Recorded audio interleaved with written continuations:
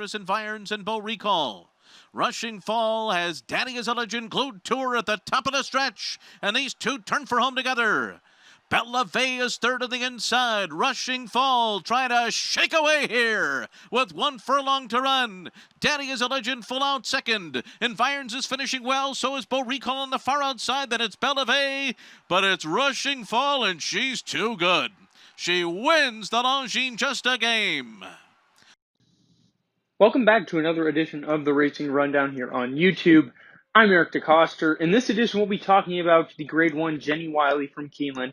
Obviously, we've already put out a couple previews on the great Saturday card Keeneland has put together in their very abbreviated meet, only 5 days, but some incredible fields here. We have 8 very talented fillies and mares going postward here. All but one of them graded stakes winners, and it's funny. You wouldn't expect that one horse to be trained by Chad Brown.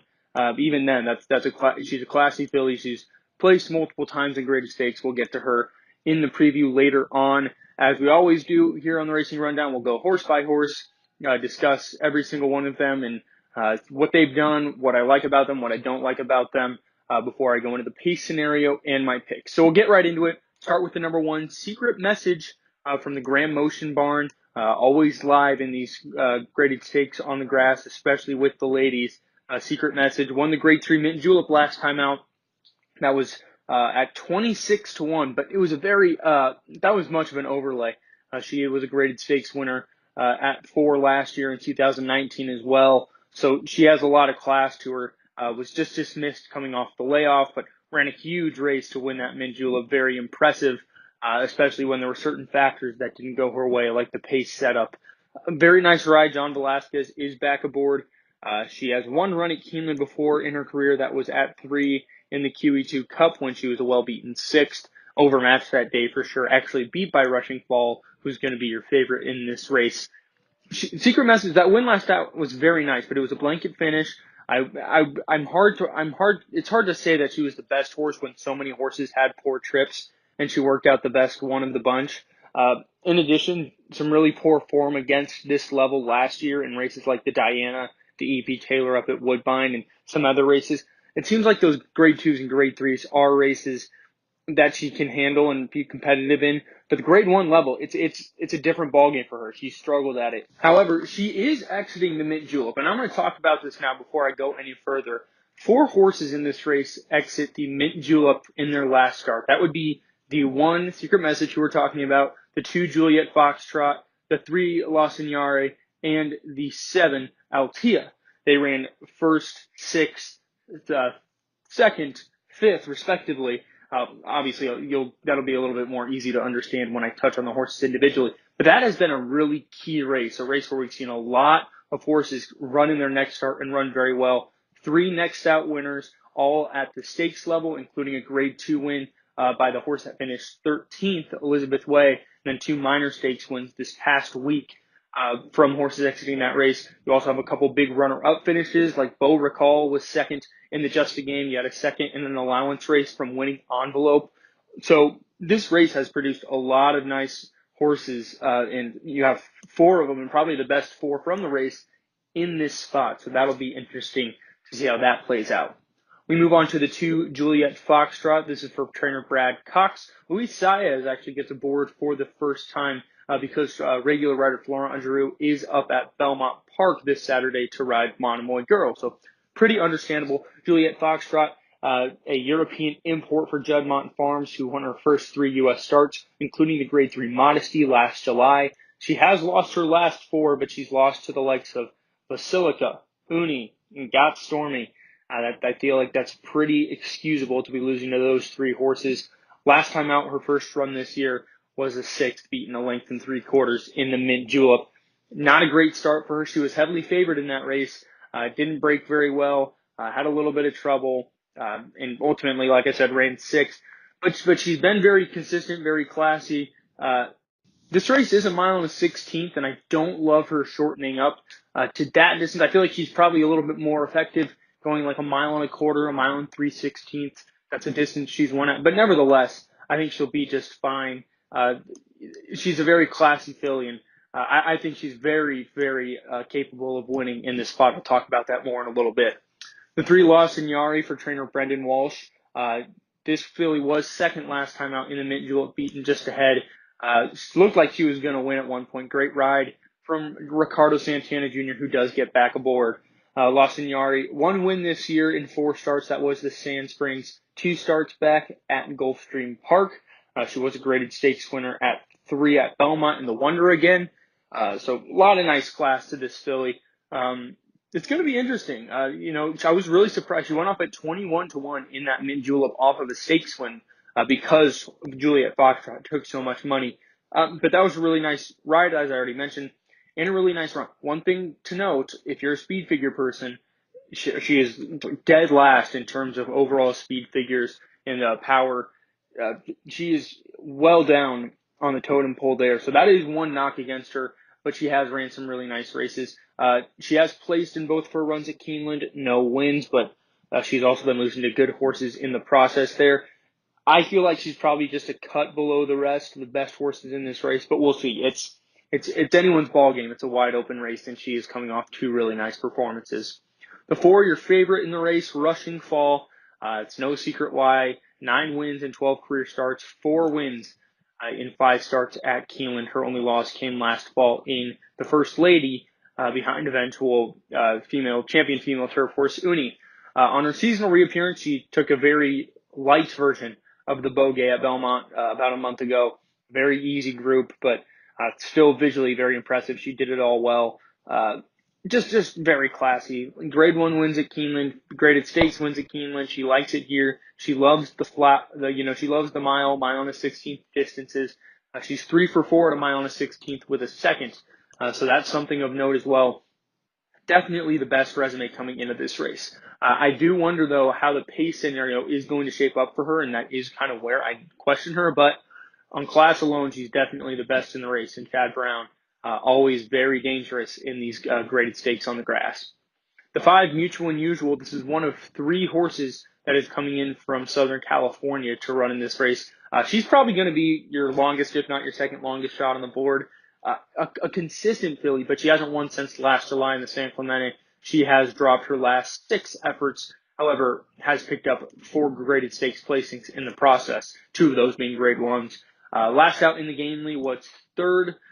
Very good run there. 3rd in the Buena Vista before that, and 2nd in the American Oaks, 3 starts back. So she's always knocking on the door, not beat too much in any of her efforts. Her really only bad career races were in the Matriarch last winter and last fall in the Autumn Miss at Santa Anita. Otherwise, she's been very good. Never gone a mile and a 16th, but she is a winner at a mile, and she's been effective at a mile and an 1/8 and a mile and a 1/4, so distance not a question here. Also never ran outside of California, so we don't know what her form looks like there. A lot of question marks around this filly. She is very classy. Speed figures are a little low. Connections do kind of they win at low percentages in graded stakes races. I don't know if she's up to this level, if she's up to the task. And she does like to come from off the pace too, so I don't think she's going to have too many favorites in this spot.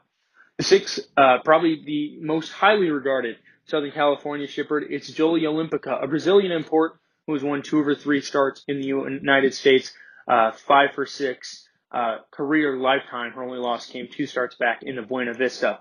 That is a bit concerning because that was her lone effort around 2 turns, and it did not go well. She went way too fast early on, and I do genuinely wonder if that could happen again here, as she is coming out of a turf sprint win when she won the Grade 2 Monrovia last time out.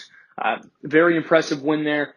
Probably the most impressive part was that she beat Alexandra, and I believe many of you probably know that Alexandra won the Jaipur just 2-3 weeks ago. That was a Grade 1 win, so Jolie Olimpica stretching back out to a mile. She's a winner at a mile in Brazil. That's obviously a lot different than winning a Grade 1 mile race in the United States. My knock on her is I don't think that she has the ability to temper her speed enough to be effective at a mile. I think she just has so much pure quickness that she just wants the turf sprint, and anything longer she's going to burn herself out. But we'll see. It's also Richard Mandela, the trainer. He can work his magic, and he can get horses to do pretty much anything he asks of them. So it'll be interesting. She's going to take a lot of money. and she's going to be a pace factor for sure, if not a win contender. The 7 Altea, that's the one that hasn't won a graded stakes in her career, but she's multiple graded stakes placed.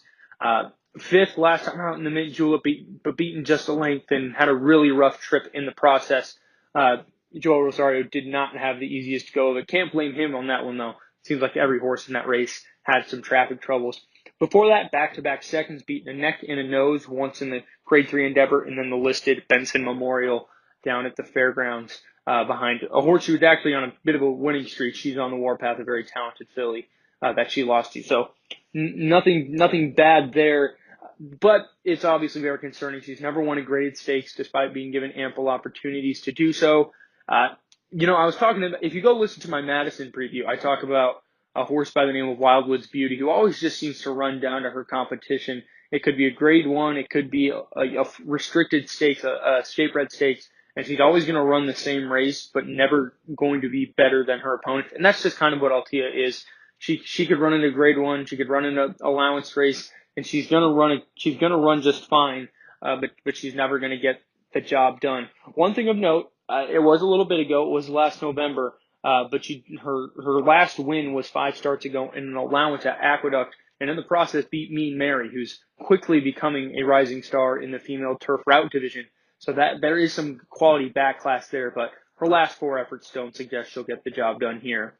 The 8, Twinet, comes in for trainer Neil Drysdale, a very underrated filly, 8 for 12 lifetime. A lot of graded stakes wins in Southern California. By far the best female turf miler they have. And she does it all easily. She won the Wilshire last time out by just under 3 lengths. 3 starts ago, took the Gold Cova by 2 lengths. And in between that was 4th in the Matriarch behind God Stormy, Daddy's a Legend, and Juliet Foxtrot. So some pretty good class lines there. I think this filly's very intriguing. She has an allowance win at Keeneland a couple years ago. She's 2 for 2 at this 1:16 distance.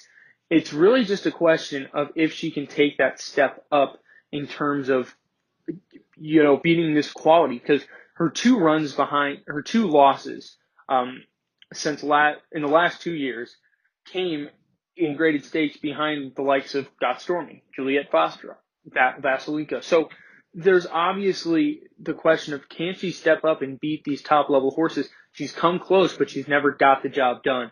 She's very intriguing on paper, though. There is a lot to like about her, and her speed figures are through the roof. They're very competitive with the best horses in this race. So here's what I'm looking at in this race in terms of a pace setup. It's quite obvious that Rushing Fall likes to be on the lead, and she does her best running on the lead. But Jolie Olimpica has a lot of early speed, and she's going to try to be up front as well. And I'm nervous those two will get in a speed duel and maybe burn each other out. So I'm going to take a risk here. I'm going to play against those two, even though they'll be your 2 favorites. And I think we might just be able to get lucky in this race. Originally, and if you go listen to the podcast that me and Jack do every week, which I highly encourage you to always do, I did say I like Twinet on top, the 8. But the more I look at this race, the more I realize I don't think I can go against Juliet Foxtrot. That last run did not concern me because it was first off the layoff. I can always excuse a horse not winning off the layoff, and she still ran very good. She's getting away from the Unis, the God Stormies, 2019 God Stormy, and she has her chance now, and I think the race does set up very well for her. Louise Size is very capable, and the reason I'm switching here away from Twinet is because the 2 times those two have faced each other, Juliet Foxtrot has been better on both occasions than Twinet, and I just think that'll be the case here. So those are my top 2, Juliet Foxtrot narrowly over Twinet, and then I will keep Rushing Fall on for 3rd. I really just think that in a weekend where there is so much talk this weekend and a lot of the graded stakes, it's hard to go against a lot of the favorites. I think this is one of the races you can take your shot. So that's all I have for you on this edition of the Racing Rundown. Very fun race. Good luck to you all. I hope I was able to, help find an angle that might just put your pick in the winner's circle, make you some money. So we'll see you next time here on the Racing Rundown. A quarter to go, and Steal the Diamonds is loose. She's in front by 4 lengths. Jolie Olimpica on the outside, trying to close the gap, and is doing so with a furlong left to go. It's still Steal the Diamonds, Jolie Olimpica into Mystic on the inside. From the back of the field, Alexandra is kicking in late. Jolie Olimpica comes to Steal the Diamonds. Steal the Diamonds on the outside. Alexandra flying. Jolie Olimpica takes the lead and wins the Monrovia.